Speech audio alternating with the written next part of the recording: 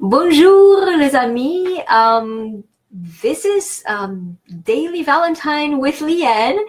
Do you want to woo your Valentine but you're not quite sure where to go and what to say? If you're in Paris, I'm going to give you a suggestion today, a very romantic suggestion today. And this is the Valentine's video series. I started it on February the 1st and it's gonna go all the way through February the 14th, and these videos expire from Facebook. So if you would like to have access to all the videos, please connect with me through the link in the description of this video.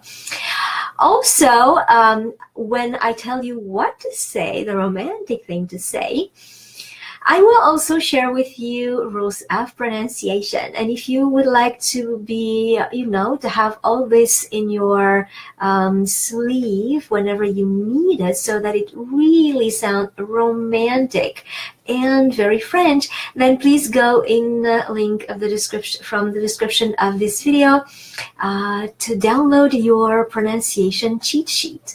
So today is day number 7, and the spot that I suggest is Soirée Swing and Love au Jazz Café Montparnasse. It is in the 14th arrondissement, le 14e arrondissement, and I definitely recommend it. This is one that you must add on your list. Every single spot that I am recommended and I'm sharing with you in this video series is very carefully picked from the media. They are all considered the top something, the top romantic, the top, the top something. You will like to check them out. And so, of course, check it out on the internet first and see reviews and see what the mood is there so that you see if that really fits your preferences or your lover's preferences, but definitely a spot to check out. And what it is that you could say, you guessed it from the title of this video, J'ai un coup de foudre. I fell in love at first sight. J'ai un coup de foudre. Now, un coup de in French, just to give you a little bit of a background, is used as an expression, and it's really interesting to see how we actually use it. Le coup, the core meaning of the word le coup, it means the hit. And for instance, if I glanced at something quickly, like for instance, if a girl glanced at you, like quickly, that's a coup d'œil. Le coup d'œil, mot à mot, I mean word for word, translates as in a hit of the eye. So it can be un coup d'œil, which is of course not a literal meaning, right? Is the it's a metaphor, but it also can be a literal meaning, which is le coup de poing. Le coup de poing means the hit with the fist, right? Le coup de pied means the kick. You see how in English we have a completely different word for each and every one of them, whereas in French we have a core meaning, le coup de, and then we keep using different parts of the body, or there are very many other meanings that you can get with this and create it as an expression with the word, the noun le coup. So this is, I guess, the sentence structure, the background, the idiom.